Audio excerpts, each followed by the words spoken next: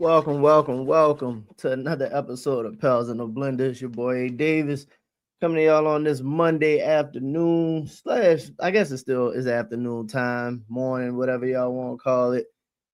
Man, it's been a little while since I did a Pels on the Blender episode. So appreciate y'all for being patient. We did the fan line episode. We still got those coming later this week, man. Things just been it's been crazy. It's been busy, but appreciate everybody for always tapping in and supporting and whatnot. We had a lot of changes in the Pels community, somewhat. Well, not a lot of changes to be honest, but so we had the trade deadline has come and gone. There was a lot of talk, a lot of smoke from the off season to now about possible moves and players that the Pelicans would be connected to. Whoa, what's good, Mike? Appreciate y'all for tapping in, man. Whoa, what's good, bro? Appreciate y'all. Appreciate y'all as always. It's been a lot of smoke from the off season when the Pels was connected to Kaminga initially. Whoa, what's good, bro? What's good? Appreciate y'all, man. Appreciate y'all. We was connected to Kaminga at one point. Um, we talked about the Sacramento connections and possibly to Sabonis, possibly even them considering Levine. Obviously CP was available and still technically available. We talked about the connections with possibly CP coming over. We talked about would they consider going like the young route, and like you seen players like Cam Thomas get released, and like would they consider picking up a Cam Thomas? It was a lot of we been connected to Ja and Memphis decided not to move on from Ja. So it was a lot of possible movement from the beginning of the off season to now, right? And then the only move that was made was Jose to the Knicks. Absolutely. The vision is looking a little more clear after the deadline. Absolutely. Um, the only move that ended up getting made was Jose to the Knicks. So I ain't really speak on Jose to the Knicks, but real quick, man, shout out to Jose. Jose went from one place that he considered, he said New Orleans is kind of like a home to him. You know what I mean? Came into the league undrafted, made a name. In New Orleans, like they love Jose. Like you love players like Jose. Jose self-made, you know what I mean? So shout out to Jose. Nothing but respect for Jose in his game. He's always been tough, don't take no shit from nobody. You know what I mean? So like Jose like absolutely meant something here. At the same time, it not necessarily it was time to move on, but it was time to move on and give Jose an opportunity to go somewhere, compete, um, in a place that is home to him. You know what I mean? And then it's nothing but love for Jose. You got you a couple picks back in the second round for Jose. And realistically, you could consider Jose's time here successful. Realistically, like from Jose's perspective, like what you got from Jose. Jose was a undrafted free agent that played playoff games and won you games and like was like part of establishing the David Griffin culture to a degree. So shout out to Jose for making a name for himself. Y'all, he shined in that Rising Stars game a couple years ago and stuff like that. Like we've had a lot of really good experiences and moments from Jose. So shout out to Jose, man. Good for him. His first game in New York. He played really, really well. I think he's gonna do well in New York. It's nice to see him in not such a we don't have to have Jose in such an important role as he was here, which I think is what's gonna make it good for Jose. Like there is Brunson, there is Cat, there's like real stars in New York. Mikal Bridges, real like is a completely different situation, a completely different situation. And I think they did right by Jose. So to get that out the way, shout out to Jose. I hope everything goes well with him in New York and moving forward. But to go back to the Pelicans, right? There was a lot of potential moves. A lot of potential moves. And shout out to the Dale and Terry move. They brought back somebody and immediately released them. Like Like I'm kind of glad because I was like, this dude not gonna get no minutes anyway. So if you weren't gonna get anything significant, you might as well do exactly what they did. Made the move, got the picks, released them, let them go, and they just put Bryce into that full-time spot. And you saw the first game after they did that, like Bryce was kind of like out of the rotation, which if you notice, they got like, well, you're a two-way player, there's restrictions on how many games and minutes and stuff that you could play. But now that Bryce is a full, has a standard contract, they don't really see that. And you saw Bryce immediately get damn near 30 minutes a game. So I don't know. That's a real thing. You watch the Grizzlies pod, and they said Scoop said the Ja Morant deal was real, but the Pelicans one of the first.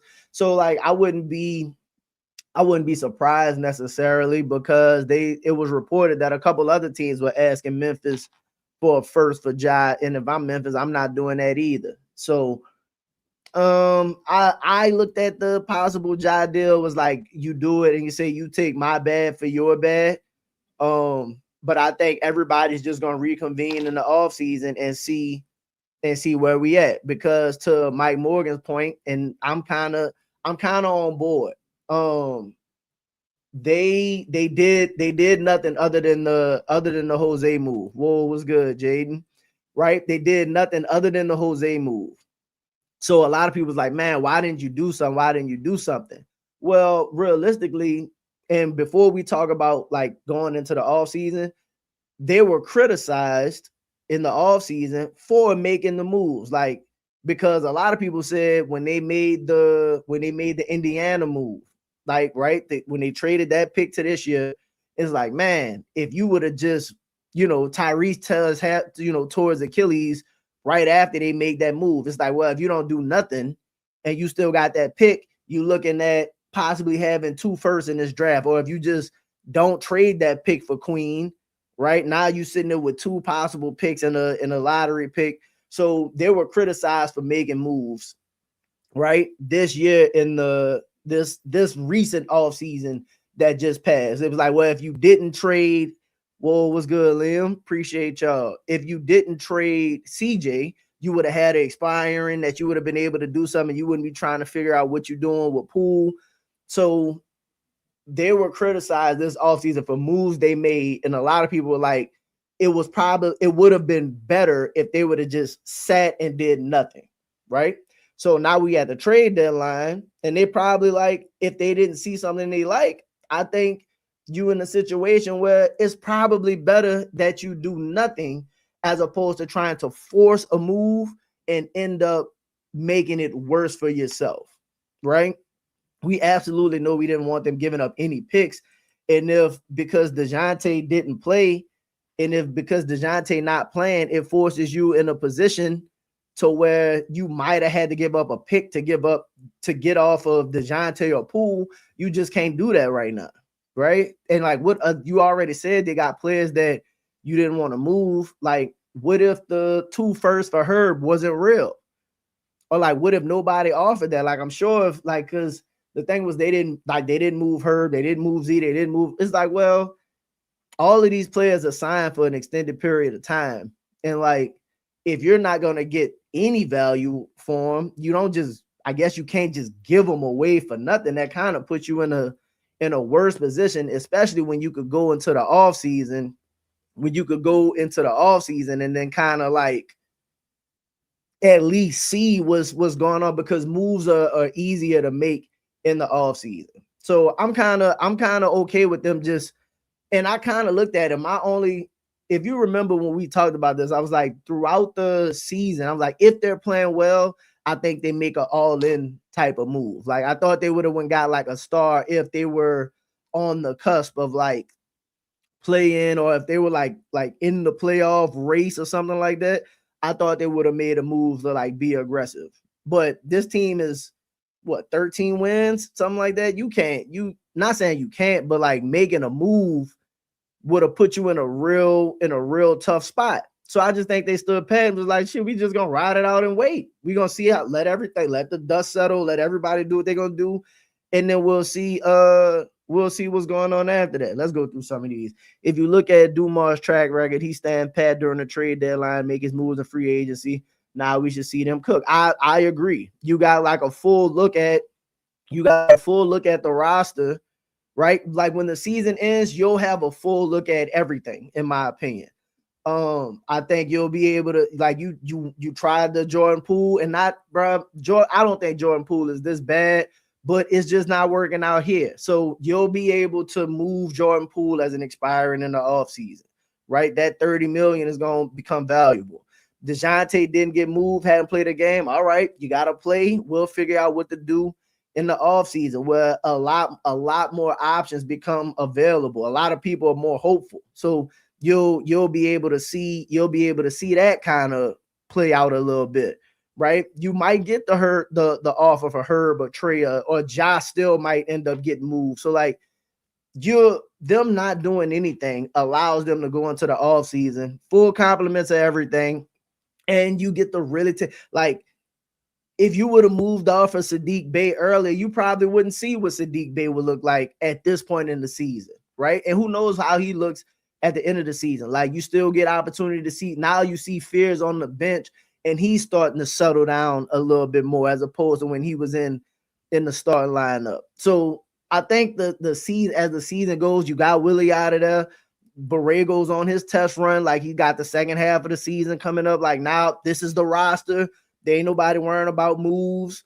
Dejounte's coming back. You about to be damn near 100% healthy, right? Come March, you should be 100% healthy. And then you're going to have like 2 months to see. Damn, you still got all of February. You're going to have February, March, and April to really see what Borrego could do, right? And that'll be it. Then you go into the offseason, and then you can decide on the coach. So I think you got a really good look at everybody, and then you move forward from there. That's Liam. I'm gonna say this. What do you think the offseason will hold? We'll get back to that, because I agree with y'all saying it's a biased market. The Kobe White deal, everyone going for yeah, like it's like Kobe White pretty much went for nothing. Trae Young went for nothing. Anthony Davis damn near went for nothing. Like, realistically, you made out okay getting 2 seconds for Jose. John didn't get traded. Like, unless you was like Jaren Jackson Jr. went for a good deal, but it's kind of like you decided you had to decide to restart to get a Jaren Jackson Jr. kind of deal. And obviously we all know the Pelicans are not in a position to rebuild right now. Well, not that they're not in a position, but like they're deciding right now to not rebuild. So you're not seeing that. So I just think like it made sense for them to stand pat, because you're not giving up any assets to move off some of the players you're off, when in a year or two, they'll just fall off your books anyway, and people will be looking for those kinds of deals. I wish they'd bring Terry back. I like the archetype, former first-round pick that's still young, good positional size. That's what we need on the team. Man, I ain't gonna lie. I don't know enough about dude to say that they should have brought him back, but I'll say we have enough pieces that we need to kind of figure out, that I didn't even really care about possibly bringing him or not. And it could be a bad move, but at the same time, I'm just kind of like, look, bro, you got to figure out what it is that you already got going on. Like, figure out Fizz, figure out Queen, figure out Bryce, figure out PV, to bring in like another player that doesn't have a track record or anything like that to try and fit into a roster that's already not really good. Nah, and I believe in like shortened rotations anyway. So I feel you, but at the same time, it's kind of like, I'm gonna pass on that one for right now. Teams may have been trying to get the house, knowing the Pels were trying to get a first-round pick. Bro, I firmly believe that, like, and it's not that the league just kind of like conspires against the Pels. I don't think there's like, I don't think there is like that big of a deal to do. But I personally think, like, we all know that there's always like a tax on the Pelicans for deals, like things that we see other teams like we see other teams make trades, and then we're kind of like, why the Pelicans couldn't make that kind of deal. Well, for whatever reason, it feels like those teams don't offer those deals to the Pelicans. It always feels like it's some kind of tax for us to make moves. So them, if part of the moves that weren't made is because people like Joe Dumars and Troy Weaver are just trying to break the historical Pelicans tax type thing, you know what I mean? Then I'm again, man, I'm cool with just waiting to the off season to see what's going on, because a lot of like we don't know what people picks are gonna fall. You don't know like while the second half of the season or going into the off season, like we didn't know Tatum was gonna be hurt for the season.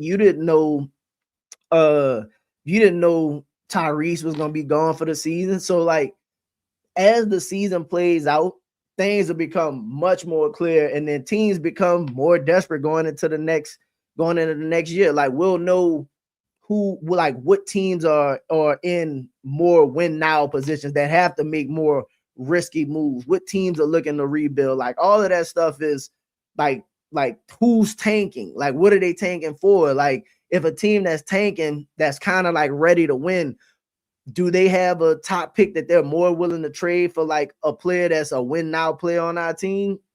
So like, and you just want to have those assets available to you, moving forward. The thing that worries you is Dumas' track record of signing free agents. Yeah, to a degree, but I think part of it is like I don't think we looking at like free, like New Orleans isn't really a free agent destination anyway. So I just think we're more so like, can you get back into the draft and what you gonna do from a trade aspect? Like I think that's the main ways that this team acquires talent, and depending on what they do with like Dejounte and Poole and Looney and all of that money, like it's around like $70 million of money that you could possibly have available to move. They might be able to overpay for some kind of free agent or something like that, because I think the upcoming free agency class actually is pretty good. They got some really good names in there, but again, we don't know what the team is going to look like just yet. Like you don't know who the coach is going to be. There's a bunch of stuff. So it's kind of like, let's just like, honestly, I'm not even worried about the off season just yet. Like, because they didn't make no moves, I'm like, okay, let's finish sorting out this Borrego situation. Like now we can really focus on, this is the roster, what players are like, what do the players look like, and what is the coaching situation we have going into the offseason? Because almost as important as the roster, if not more important than the roster, is what do we do with the head coach, right? Willie Green is done. We need to turn our attention to focusing on Borrego and what Borrego got going on. And if he's the guy moving forward, do they turn it around the second half of the season because teams are getting ready to start tanking? Do they make some kind of push? Like, so it's just kind of like, let's focus on that now that the trade deadline is passed. Whoa, what's good, Q? The talk about the Jaren Jackson deal was good for Utah. Didn't give up any of their own picks. Yeah, I thought that was a good.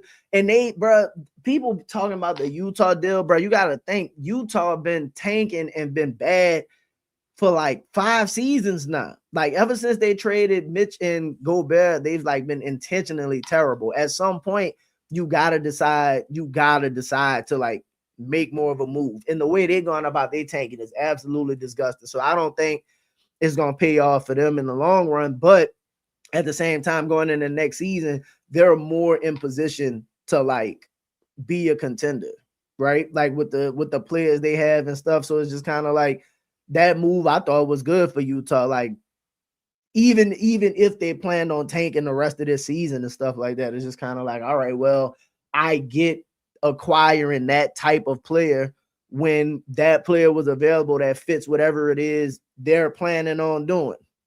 So I just don't think that type of move, like you could have got Ja, but like if the report was true that they were asking for a first, I would have took Ja without asking for a first if it meant getting off Poole and Murray. And that's not to say that Memphis wanted to do that. You don't know who to believe, because they were saying Memphis was like, I can't leave without a first. So if it was both of them were arguing over picks, then obviously that deal don't happen, right? Maybe in the offseason again you could revisit it or something like that. But neither one, like if Memphis was asking for a pick, you couldn't do it. And if the Pelicans were asking for a pick, if I'm Memphis, I'm like, I'm not giving you a first to give you Ja and take your bad stuff. So it's just kind of like, we'll I get it. We'll see how it moves moving forward. This year's draft, say there's top five, say the top five players are all hits. That's why so many teams are tanking.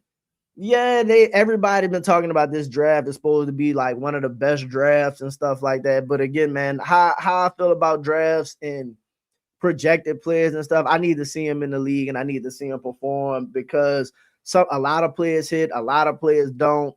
And then like again, I think the Pelicans have an opportunity to get back into the draft. I just do. Like, you have the assets to where if you just really decide, maybe not top five, but I feel like they'll be able to get back into the draft. So I'm not overly like pressed, but they say this draft's supposed to be one of the great ones.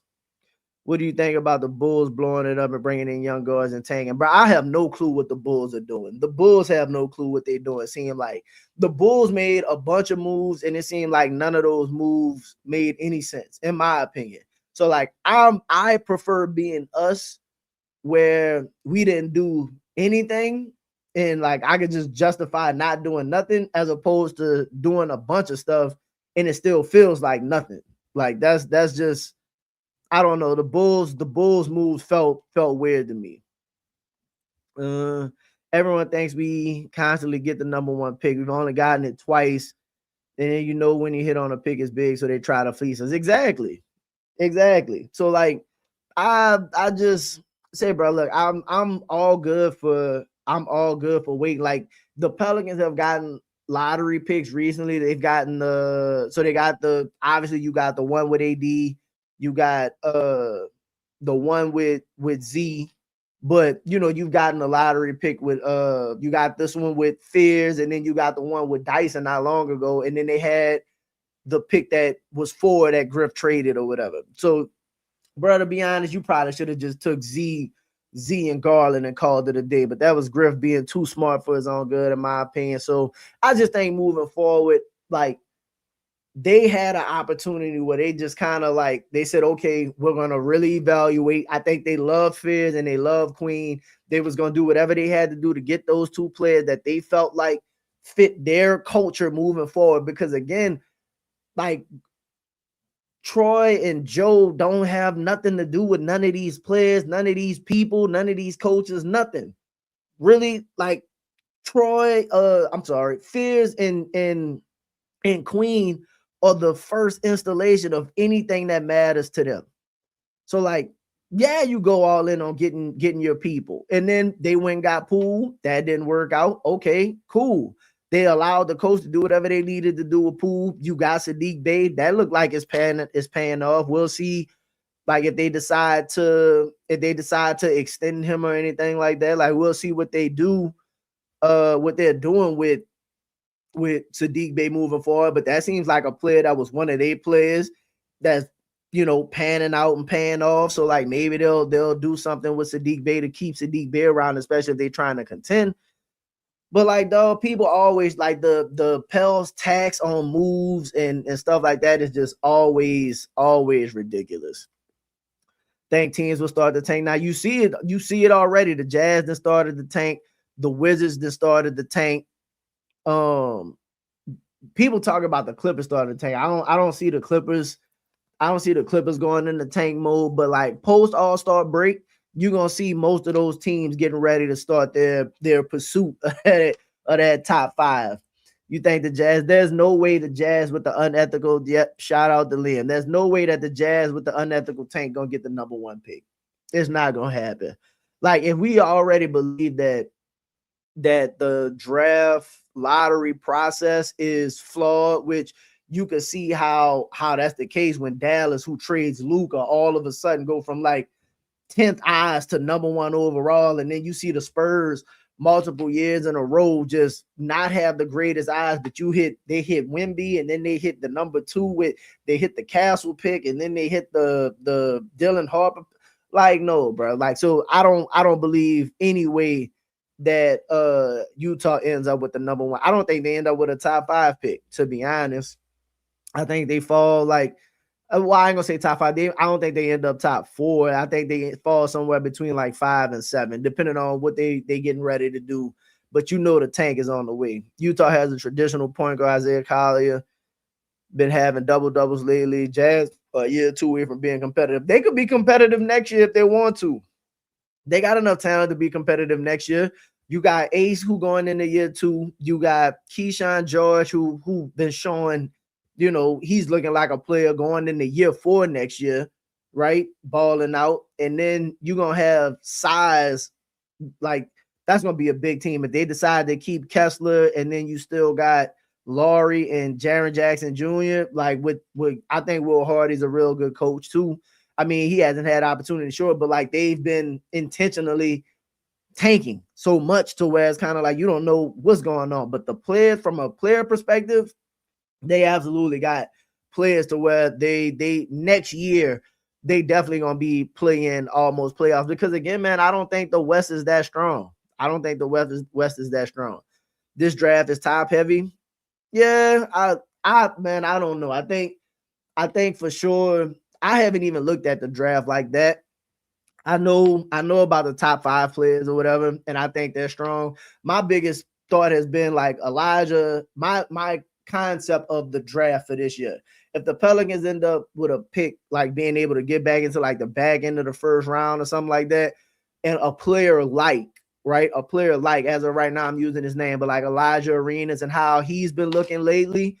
If he decides to come out and looks like a late first round draft pick, because a lot of people saying they think he should go back to school, um, just to get another year, something like that. But let's just say he comes out, right?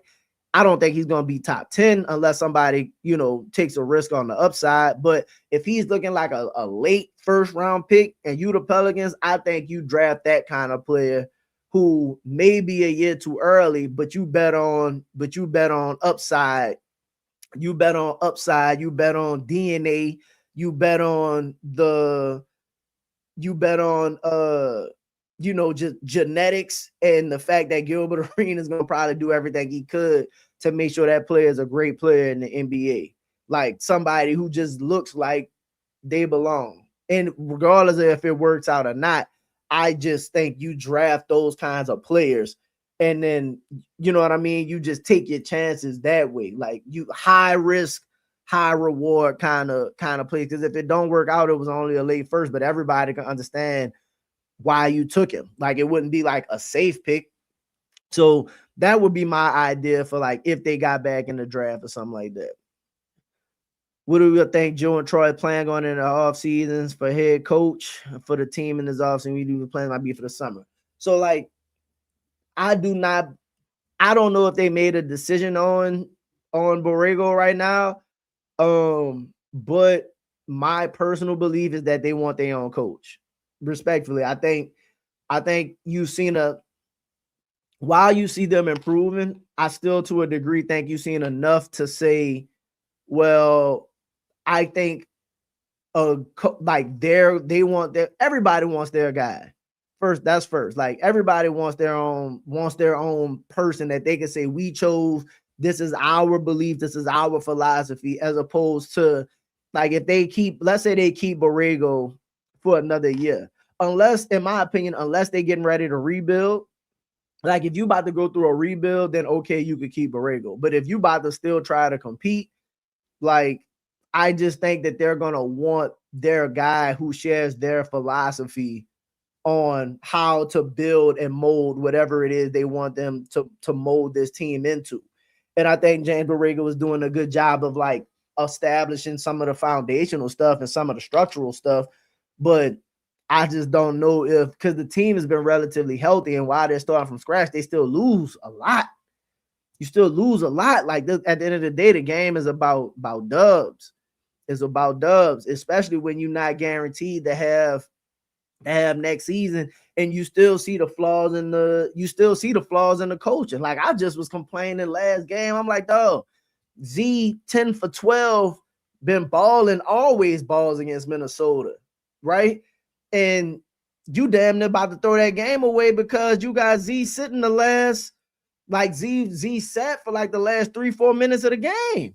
Like you just, I don't know, man. I don't think you could do it. So as far as like the coaching, I think the coaching is what they're gonna address first. I wouldn't be surprised, depending, unless Borrego has some with the teams tanking, and then they just somehow get Dejounte back and they get some rhythm and get on a run. Unless they somehow make the play in, which I definitely don't see them doing because we just don't play as a good team. But let's just say they somehow make the play in and then somehow make the playoffs. That might solidify him in getting this job. But they're gonna need a hell of a run the second half to do that. And I just don't know the way that they've been playing consistently, especially against good teams, if they're good enough to do that. But I think the first thing is address the coaching, and then you'll see the Poole and Murray situation probably be addressed first. I think that'll be the first two things they address.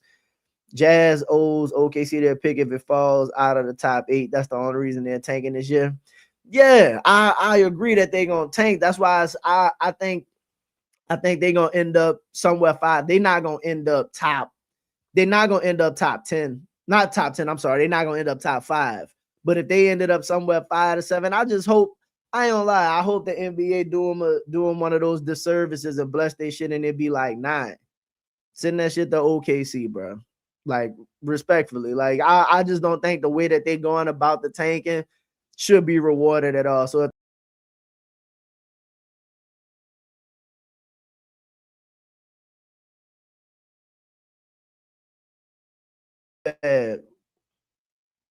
my bad, people. I accidentally kicked the back, but had to close my whole app. But no, I'm hoping for the worst for Utah. Almost any West contender, I'm hoping for the worst, to be honest. Jamal Mashburn say Caleb Williams the best player in the draft. A lot of people say, shout out to Ivory. Ivory say he thinks Caleb Wilson is going to be the best, like, long-term franchise player in the draft. So maybe they're right.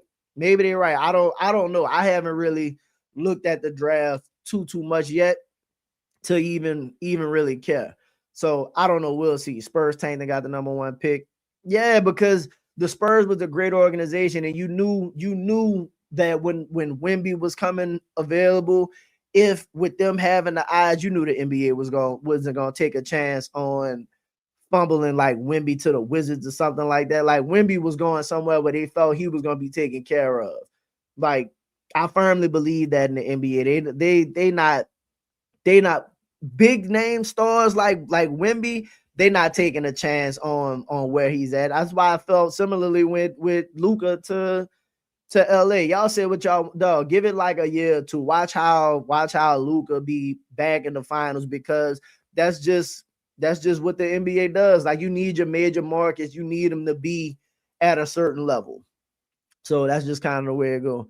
Ain't no way in hell Gilbert letting that happen. Say, bro, once you come out, that's the way it is. But I think, honestly, maybe not. But I think Gilbert, to a degree, because if Elijah came to a place like here, like what he's done with Elijah throughout like his career, like he didn't go to like the biggest and best schools, like when he was in high school and stuff like that. Like, he made it to where Elijah had to really develop his game, be able to get his opportunity and stuff like that. If Elijah was drafted somewhere like here, I think he thinks Elijah will have an opportunity to be a star, as opposed to if you go somewhere, I don't know, like, I don't want to necessarily say a better organization, but like go somewhere to where he's like got to fit in. He won't have an opportunity to just go play and make mistakes. Which, if he came here, I think that'll be the situation by the time he got here and was able to play. Elijah Arenas would be a scorer. I don't see him making his teammates better or translating into winning. I don't know. Maybe, but again, I'm betting on the upside that dude gonna be. I'm betting on the upside of talent, and I just think he's gonna be a really good NBA player. So, like, and again, when you don't have a first round pick, if somebody like that falls to you, I think you just take a chance on it, personally. He might not be good, but we'll see. I definitely believe Sadiq could get a contract extension with the Pels. Troy told several teams he would trade Sadiq, and they didn't for any players who need extension. Yeah, I personally think Sadiq could be here. Some people are floating around like 4 for 93, which was like 23 million or something like that. I don't know. But I do think they're gonna take care of Sadiq, and Sadiq could be here. And if you do plan on competing next season, and over the, let's say, the next 2 seasons, then I think a player like Sadiq is exactly the kind of player you need. When they had him coming off the bench, he played well. When they had him starting, he played well. You could tell he plays tough, appreciates the game. He's not afraid to shoot. He's willing to pass. I absolutely think a player like Sadiq Bey fits what it is that Joe and Troy want to build. So I think, especially if you consider like moving, like say somebody does offer you 2 firsts for Herb, like I would be less tripping on moving Herb, especially if I got Sadiq Bey ready to just fit into that position and whatnot. So I do think moving forward, Sadiq Bey will be here, unless somebody comes on in the offseason and offers you something. But again, he'll be a free agent. But I think he's gonna. Now, will Sadiq Bey sign? I don't know, but I think Sadiq Bey is one of the players I think will take his chances in a good situation, something that he's comfortable, gave him an opportunity to revive his career. And if they offer him a good enough number, I think he'd take it and he'd stay. Borrego has good philosophies, but not enough good rotation schematics to pull out wins. And yeah, bro, that's kind of where I'm at. I do think you think he'd be a good rebuilding coach. That's kind of what I think too. Like, if you decide to rebuild, or like you're not really going all in, then maybe. But if you at that position, like they talk about keeping his team around and building, it's like you got to be trying to push for the playoffs and stuff like that. Borrego historically has never made the playoffs. So like I can't expect somebody to do something that they've never done, right? With a team that's not really, I don't want to say not equipped, but unless you're going to put like a lot of talent to overcome a lot of that, then how can you really expect it? Like, so that's kind of where I'm at. So I don't know. And it's not that I don't think Borrego has done a okay job with some of the things that he had to work with, but at the same time, man, I still have a lot of questions. I just don't know if he's the coach moving forward, personally. Like, you still got time, but I just don't think he's the coach moving forward. I see too many mistakes. I see too many problems with the offense at times that there shouldn't be problems with the offense. I still see the issues in closing times, like the rotations, like Liam said too. It's just too many like fine details around the edges kind of moves that like I just don't know. I don't see it. And that's the part that bothers me. Like, the kind of coach that I want like a maniac type coach. Like, I want Joe Mazzulla, somebody who's like JJ, like, and I was talking to this in my chat with somebody, like JJ Redick seems obsessed with coaching. Like, all he talks about is film and this and that. Like, I want somebody like JJ Redick to a degree. And that's not even to say that JJ Redick is going to be great, but I want somebody like that just seems thrown off about like the concepts and stuff. So that's just my opinion.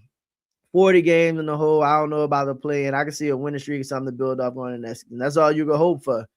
I hope a team like the Pacers get the top pick. Hope the Wizards and Kings don't get the top. Nah, you can't. Like, if the Kings, I don't know what the Kings gonna do. I hope the Wizards get punished. I hope Utah get punished. I hope all of them get like have the worst situation. A lot of people low on Booz. I think he's gonna be fine. I don't know if he's gonna be like, like a transformative player or nothing like that, but I think he's gonna be good. I think his skill set is gonna translate. I think he's gonna be a quality player in the NBA. I guess you can say. I don't think he's gonna be like a lot of people were saying they think 5 of these picks are better than like what you saw from like Cooper would be like 6 in this draft. I don't know if I think Cam Booz is better than Coop. So I'll put it that way. especially with Coop showing on the next level. So I don't know. The Jazz owner is the top NIL donor for BYU. The NBA will give him that. Nah, he not. Even if he got the number one pick, like if you got the number one pick, I can't see him taking AJ over over your boy from Kansas anyway. Well, maybe because that's his school, but I don't know. Bro, Utah don't need to be top 5. I'm just gonna stick with that. Utah won't be top 5 in this draft. I think Wilson's the best player in the draft. A lot of people say Caleb the guy. Master P Mercy dropped 40 on Elijah. Bro, Mercy a dog though. Mercy a dog. So shout out to Mercy. Mercy gonna have his time too. Whenever he get ready to come out, I think Mercy gonna make the league. Your boy can't practice on the day of the Super Bowl. Just make a statement. We're gonna talk about Dejounte coming back to practice in a second for sure. Appreciate you, Kurt, for sure. The thing I love about Sadiq is the passion and love for the game, especially after his injury. Wants to play, win or lose. Just happy. Exactly. Every year you just thank a guy just to be on the court, bro.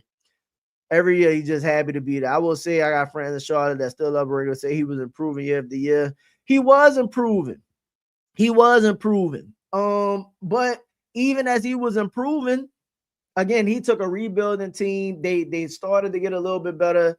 Then they traded away people, went through another little mini rebuild, and then it was like on the cusp. I think they made the play-in his last year, something like that, but ended up ultimately not getting in, or they just missed the play in, one of the two. But again, you still never made the playoffs, right? So it's kind of like, even if you was, but that's about what you've been doing. So even if you improving or if you showing promise, bruh, I want a winner, dog. Like I want a winner. That's why I keep saying, like, I want Tibbs.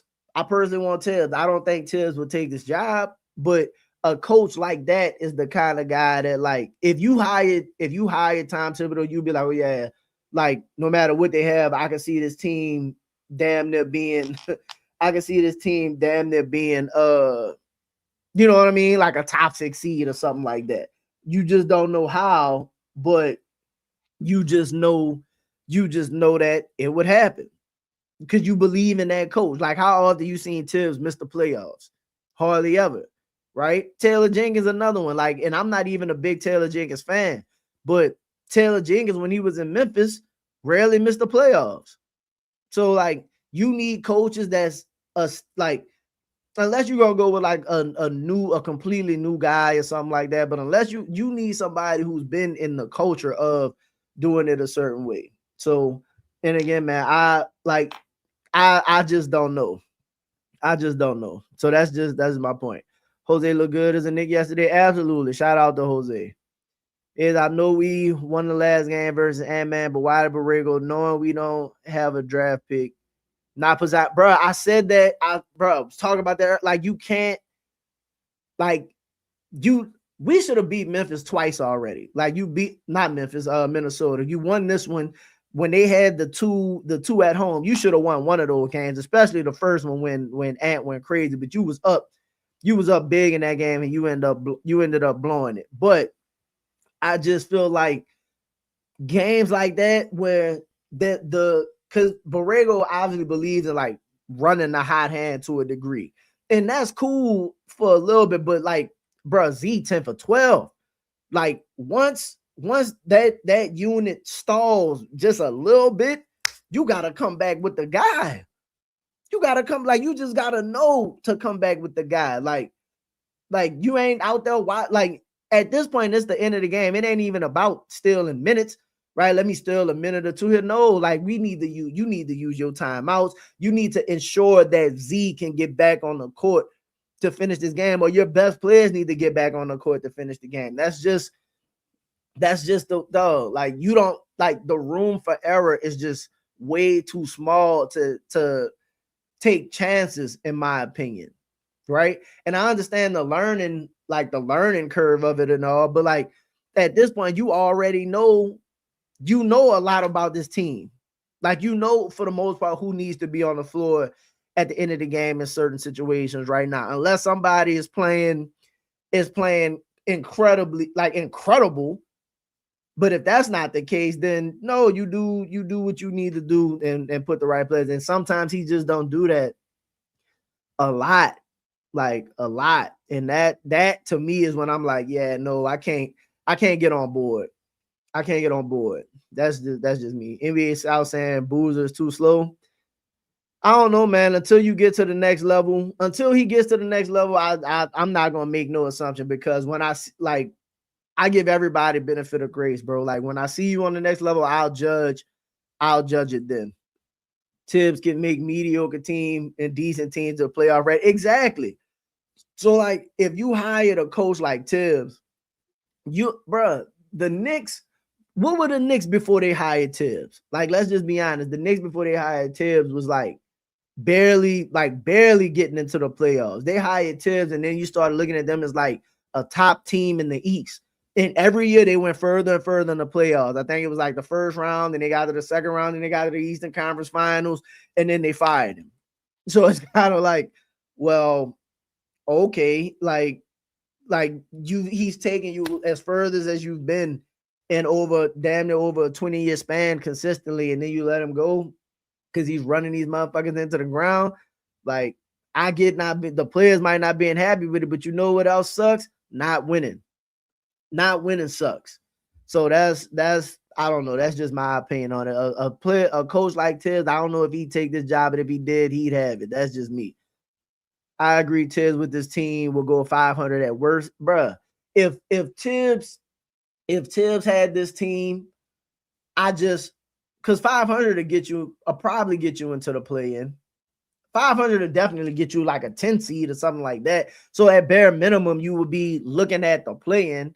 And then I think a year under Tibbs, like a full season, I absolutely believe Tibbs, because again, historically, how often do you see Tibbs not make the playoffs? Not just a play in the playoffs. Like in Tibbs' prime, like the Bulls was all like Derrick Rose Bulls when Tibbs them first got there, they was the 1 seed one year. Then the next day was all like 3 seed, 4 seed, stuff like that. You know what I mean? Even the mini teams. He was at Minnesota for a couple of years. They made the playoffs with Jimmy and Cat and all of them. So it's just kind of like that dude just turns teams that you don't think have a chance to win around, and he's successful. He just knows how to win. So that's just kind of where I'm at as far as like the Tibbs thing goes. Now, to kind of start wrapping this up or whatever, as we go into the second half of the season, like what are we expecting the second half of this season? Right? You got Dejounte, showing that he was at practice and stuff. Dejounte hadn't even been around the team and whatnot. So obviously them posting the picture of Dejounte at practice lets you know that he's back and is probably going to start ramping up to get ready to start playing these games. I expect Dejounte to probably come off the bench initially, probably play 20 to 25 minutes a game. I'm interested to see whose minutes he takes, because I don't know if he's necessarily going to be first off the bench or something like that. You probably I think Fear still plays. I think you see the Micah minutes gone. I think you see the Bryce McGowan's foot, like depending on how he looks, obviously. But I think you see the Micah minutes, the Bryce McGowan's minutes. I think you see those disappear to a degree. So then you'll probably just be playing like from a guard position off the bench. You'll probably get Murray and Fizz, right? So then that makes your rotation look like Z, your starters, Z, Queen, Sadiq, Trey, Herb, and then you come off the bench with Murray, Fizz, Missy, Carlo, and who else likely plays? And then I think that's probably realistic. That's probably going to be it. You probably will see like swing minutes for Bryce. You know what I mean? Like a couple minutes for Bryce, depending on how like a game goes, how the game is going and stuff like that. But they've been playing better, playing less people, right? Which typically works because when you have a longer leash, you get more comfortable into your role. You start establishing roles. I don't think respectfully, I don't think JP plays unless somebody gets hurt. So like the second half of the season, I think unless we have an injury, I don't think we're gonna see Jordan Poole back into the rotation. And I think you'll just start seeing Dejounte. Now, how Dejounte looks, I actually think Dejounte is not going to be bad, especially in that role. I think in that role, he's going to be fine off the bench. He's going to make some plays, cause some turnovers. I think he's going to score a little bit and help settle down the team some. He knows he's playing to get moved. He knows he's trying to find himself another home to show that he still could play. Hopefully, a lot of things were sorted out with his family, so when he does play, he's in a better position. But they all know that this is a business and that realistically, he's not going to be in New Orleans next year. But not playing well doesn't help him.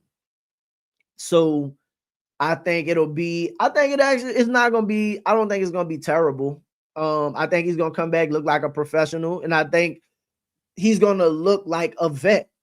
He's going to look like a vet, like a dude that just knows how to play the game. But he's also not going to want to push himself too much because he can't afford to aggravate or re-injure himself. So I think they're going to play it safe and have him, like I say, maybe starting out 15-ish minutes, 15 to 20 minutes, something like that. Like Bryce McGowan's played 26 minutes the other night or 28 minutes or something like that. Like I don't foresee that at all anymore with Dejounte once Dejounte comes back. So that'll be. I think Dejounte is gonna help. To be honest, I do think he's a upgrade off the bench. He's an upgrade off the bench. He's still a good player. And I think you need as much solid guard play as possible moving forward. So I don't know how it looks as far as like chemistry and is it gonna like equal wins and stuff. Like they've been competitive. They don't really get blown out too much. So ideally you'll see as teams start to tank, maybe they can get on some kind of a run, start stringing some of these games together. You got a couple losing teams coming up in the schedule. You still got your games against Utah, which obviously Utah's tanking. Hold on, let me pull up their schedule real quick and see let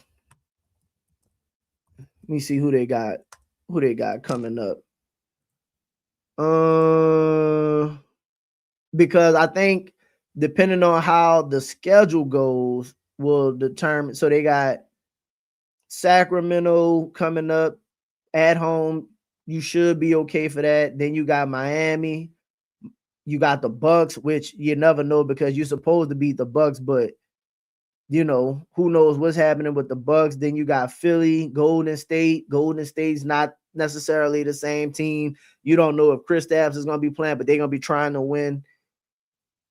You got the games against the Jazz. You got games against the Kings, the Suns, the Rockets. I still don't believe. Like, you got a lot of winnable games. It's hard to say winnable with this particular team because I don't know if I still don't believe any game is like with this team. Every game is a losable game. I guess is the best way to say it. Like every game is a losable game with this particular team.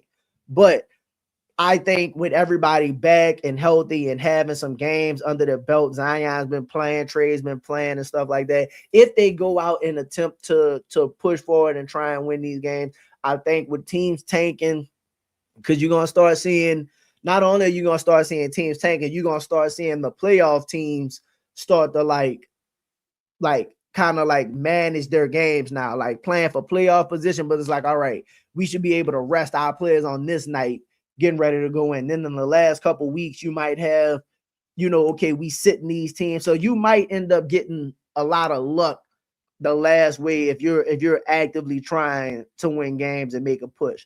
Do that mean you're gonna make the play-in? Absolutely not. But you'll probably be able to get yourself, honestly closer to like the hopefully you can get close to 30 wins. Close to 30 wins. I don't know if they will. I don't think so. But if you could finish the season close to 30 wins, then that'll be successful the second half of the season. That will mean you won majority of the games that you played on the back end. So we'll see. I would love to have Tibbs as the next coach for the Pelicans, but the only reason I do not want the next coach for us, I do not ever see play his bench on every team he's had. Because he don't play the bench. Uh, well, we'll see. He probably ain't played his bench because he got great stars and stuff. Tibbs typically plays like 7 to 8 players, right? And depending on the 8, that's cool. Depending on the 8, that's cool. Run these motherfuckers into the ground. They young. So I ain't really tripping. The only issue that you have with Tibbs is kind of like to what you said.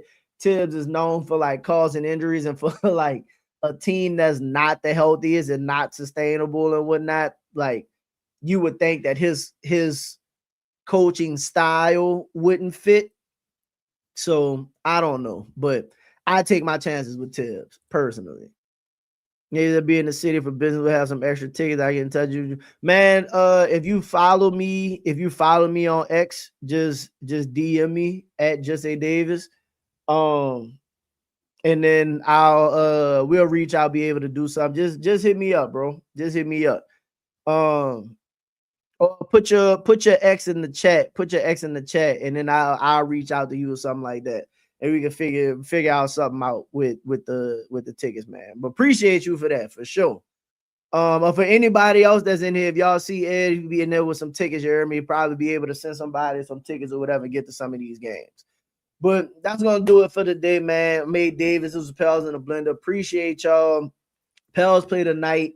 I will be at the game tonight against who we play, Sacramento.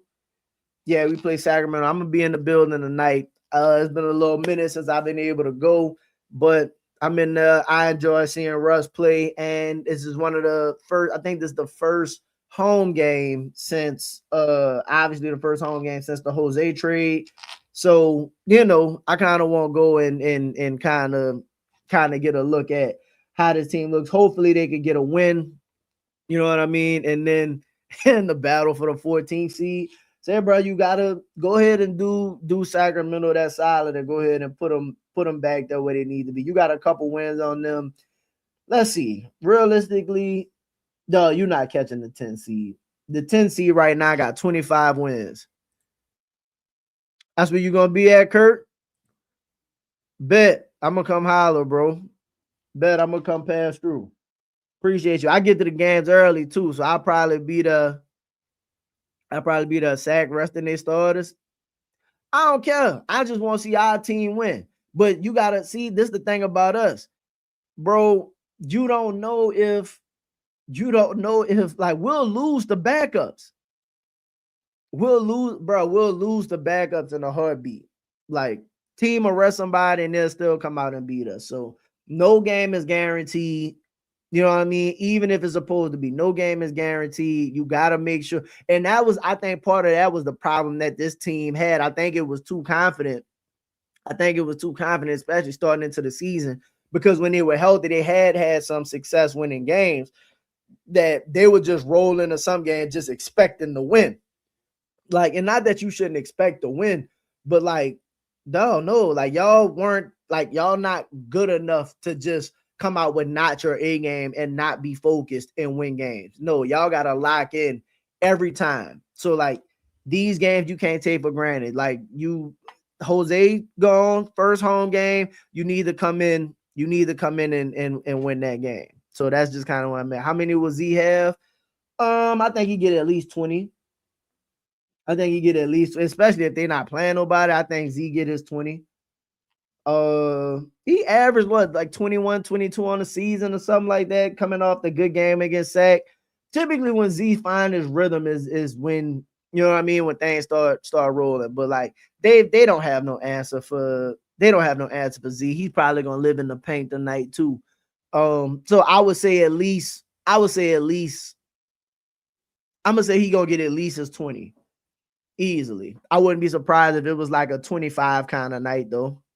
He hasn't been shooting a lot lately, and like a lot of people been criticizing him about like not shooting a lot. And I agree that like him being your best player, essentially you have to shoot the ball more. But like when I'm watching the games, and it's not just they don't give him the ball, because that's part of it. Part of it is he's not getting the ball, but like throughout stretches of the game, you'll see Sadiq kind of get it going. and then you'll see Trey kind of get it going. So like Z is a like I hate to say it this way, but like he's not really shot hunting like that. Like he's always been like had like a deferral kind of mindset. So if like Sadiq got it going, he gonna just get that bitch up to Sadiq, and then before you know it, that it like in certain moments you see Z try to turn it on, right? And he's been less aggressive this year. Also, part of that I think is I think part of the less like him being less aggressive is trying to stay healthy. I'm gonna be honest, because this is the least reckless I've seen him play, and I think that's part of it. Like I think part of him playing like not shooting as much is trying to stay on the court, right? Like you don't see him driving to the rim as reckless or as aggressively as he has before. You don't see him, chasing blocks as much as he has before. Like, and I think part of that is just like he's like found a rhythm and trying to manage the energy level, manage the effort to a degree. And I'm not saying that is good or not, but I'm just saying that's part of what I think. Like I think that he got the games played clause, and he knows not playing games is better than playing games. And a lot of people give him the, hey man, you only played 30 games or you only played X amount of games. To be honest, like Z can have some of the most productive seasons, right? Like if Z is averaging 25 something, they'd be like, well, you only played 30 games. It just wipes away the stats. So Z really just needs to get games played. If he could put together a couple seasons of just like, even if they wouldn't have shut him down last year, he probably would have played somewhere around 50 games. That means he would have had the 70 games, possibly a 50 game. And then if he plays somewhere around 50 something to 60 games this year, then it's going to be like, oh, all right, he's finally figured some of it out.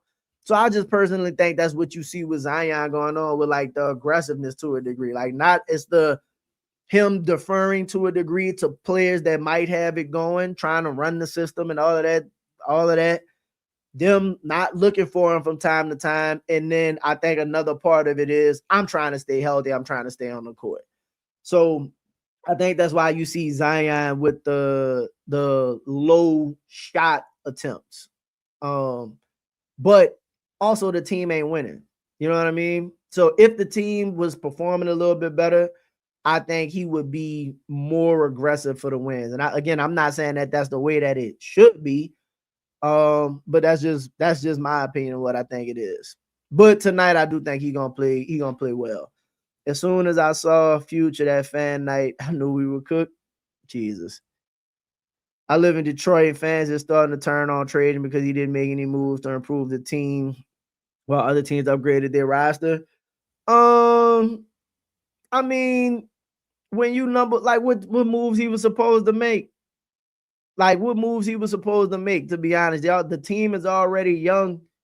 And like I don't follow the Pistons like that, but like ain't they number one in the East? They number one in the East with the roster. He probably didn't want to upset what they had. He just signed converted your boy that y'all have to a standard contract, the guard who been busting ass over there. So I think he's doing a solid. I think Trajan doing a solid job and be like, look, like what players were out there that you wanted them to go get that they absolutely needed. So I don't know, like maybe y'all could use some shooting, but other than that, like I think he's like, look, I'm gonna just give this team an opportunity that's number one to make an opportunity. Like if Les Boston get Tatum back, I'm sure Detroit isn't afraid of any team in the East right now. I wouldn't be. I don't think anybody got like significantly better in the East. Or if I'm Detroit, I'm like, we can't beat them. So that's kind of where I am with that. Zion played 29 straight games. How you feel he's been doing? I think he's been playing well. Again, I think he's playing well. I don't like the lack of aggression that we've seen, but I understand it. Whoa, was good, Jess. And I completely think that's what it's about. I think Zion trying to secure the bag. He he got 3 years left on this deal, but typically when you go into 2 years left is when people start talking about extensions and stuff like that. If he ends up hurt, respectfully, if he ends up hurt or only playing 30 something games or 40 games or whatever, it's gonna be held against him. No matter what it is, no matter what your numbers look like, people gonna be like, bro, you ain't on the court, you're not available. So like, if it's keeping him on the court, that's why you saw even the game where he was sick, he was like, look, I gotta go out there and I'm gonna go try. I'm gonna go play them 15 minutes, do whatever I like. Bro, like typically that's not a game that Z playing. Z trying to get these games played so he could get that money, right? And I think that's part of why you see exactly the games played. I think he need like at least 41 games to get a certain percentage, and it goes up based on how many games and how many games he plays. So like if Z as a person, and again, his game absolutely needs to evolve to a degree. But like as a person who constantly attacks the rack and stuff like that, and most of the times he's been hurt, it's just from like when he's rolling, it's just constantly being downhill, downhill, downhill. Like I'm sure he's thinking to himself, look, I just got right off this injury. I'm like feeling good. I should be able to sustain doing this. And we ain't winning anyway. And we ain't winning. Like even the games where he, like, even if it's a game where he possibly plays great, that don't necessarily mean he's gonna win. So I don't know. I think he's managing the games played, bro. Like, and that's exactly what people talking about. 29 straight games played. Like that's becoming that's the story. For him specifically. If he's able to finish out the season healthy, you'll go into next off season. Even if they're talking about trading him, you go in the next off season saying, okay, Zion played like he was playing back to backs. He played, I don't know, 50 something, almost 60 games, whatever, which is, solid for players these days. If depending on how many games he gets, he finishes with. And then the numbers are going to be somewhere around like 22, 6 and 5 or 22 something. So like you'll have more of a trade piece if you do decide to move him, or if you do decide to keep him. Now he's in the off season fully healthy. So I think that's where any word on when Murray plays. I don't think they've said anything about when, but you've seen him come back, start to ramp up. I would say you'll probably see him within 2 weeks, because he's been telling people he's been ready, right? So like if he's been ready to go, I would give it. Yeah, I'm gonna give it a week. He'll be absolutely after All-Star break. It'll definitely be after All-Star break. Probably right after that, to be honest, because I think they got a couple games before. When is All-Star? All-Star is next weekend, right? Yeah, All-Star is next weekend. So you got this week. He probably won't play this week. Then you got the All-Star weekend, and then he'll probably come back. So when is the first game after All-Star? Friday for us? Yeah, Friday the 20th. So like 11 days. I think you'll see him against the Bucks. For All-Star. So February 20th is what I'm projecting. If he plays before that, I'd be surprised. But they'll probably give him a lot of time to like practice, ramp up and stuff like that, get ready to go. And then coming back from All-Star break, be ready to go. And then I think he'll be in that 15 to 20 minute range off the bench.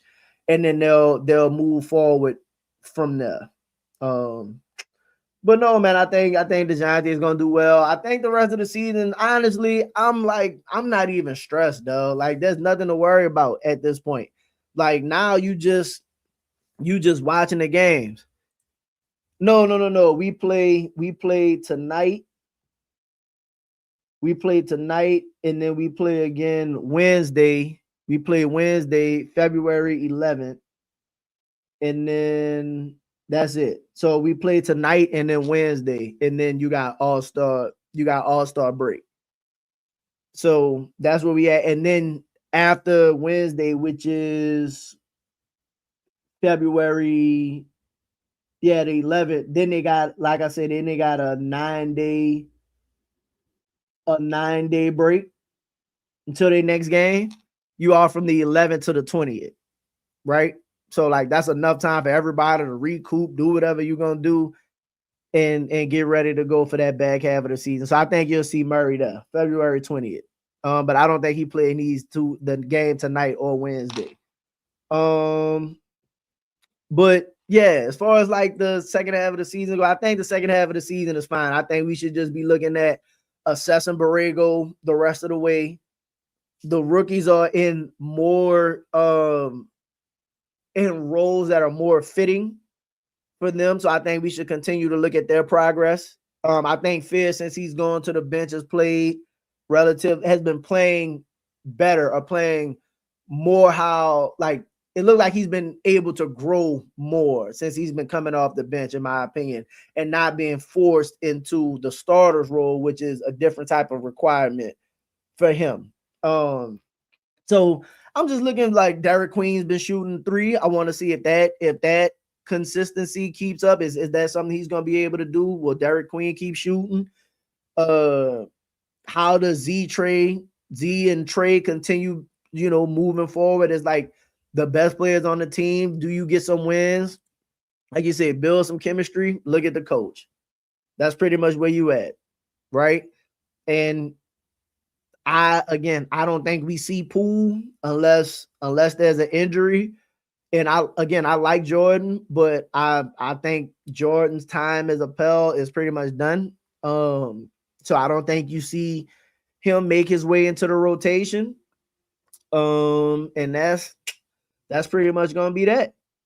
So, man, I'll be back with another episode probably tomorrow, discussing the game and how things look and whatnot. But also this week we'll probably do the fan line. I'm gonna get with Chaz. You know what I mean? I know Chaz probably got his show tonight covering the game. Make sure y'all tap into that. We'll have the fan line show for y'all likely Thursday. We back on our Thursdays. We ended up missing this week because of scheduling and whatnot. But we're back on the fan line episode Thursday. Be on the lookout for that. With that, I'm done, man. A Davis, make sure y'all hit that like button, subscribe. Appreciate y'all, bro. Appreciate y'all for sure. But I'm out. That's going to do it for me. Peace.